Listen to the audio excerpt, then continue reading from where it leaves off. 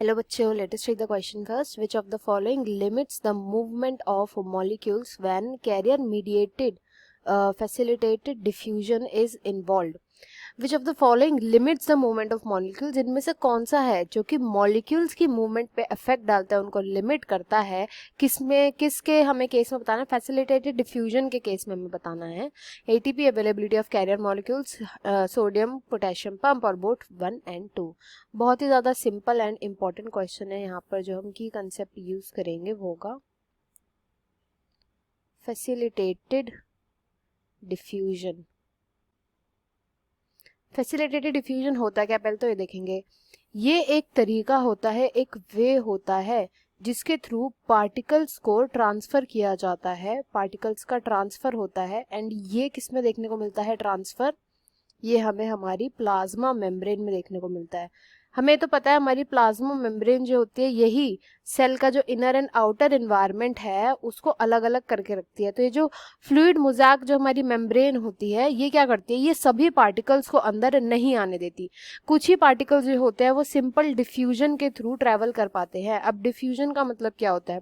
Diffusion का मतलब होता है जब भी पार्टिकल्स का मूवमेंट हमें देखने को मिलता है हायर कॉन्सेंट्रेशन से लो कॉन्सेंट्रेशन की तरफ को, हायर कॉन्सेंट्रेशन से लोअर कॉन्सेंट्रेशन तक तब तक होता है मूवमेंट जब तक ये दोनों इक्विलिब्रियम में नहीं आ जाते, मतलब इक्वल इक्वल क्वांटिटी जब तक दोनों साइड नहीं हो जाती।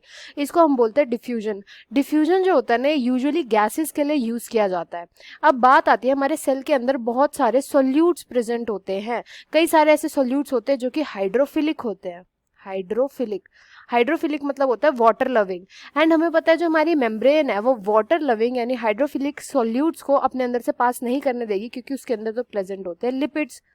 तो लिपिड्स इनको पास करने नहीं देते।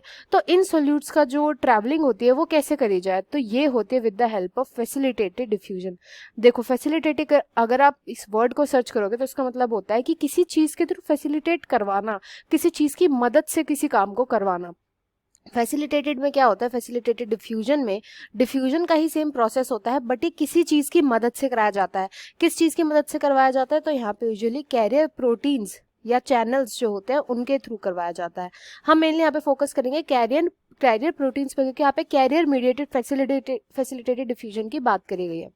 अब कैरियर प्रोटीन्स क्या करते हैं? कैरियर प्रोटीन्स इन सॉल्यूट्स को लेते हैं एंड इन सॉल्यूट्स का ट्रांसफर करवाते हैं फ्रॉम वन साइड, कहाँ पर से? हायर कॉन्सेंट्रेशन से टुवर्ड्स द लोअर कॉन्सेंट्रेशन में। एंड ये तब तक चलता है जब तक इक्विलिब्रियम मेंटेन नहीं होता।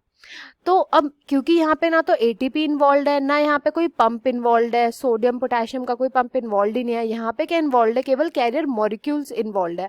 इनकी अवेलेबिलिटी पे ही इसलिए डिपेंड करेगा कि क्या, किस तरीके से फैसिलिटेटेड डिफ्यूजन होगा, हाई रेट से होगा या लो रेट से होगा। इसलिए इसका जो राइट आंसर है वो हो जाएगा option second, availability of carrier molecules. I hope you understood well. Best of luck and thank you.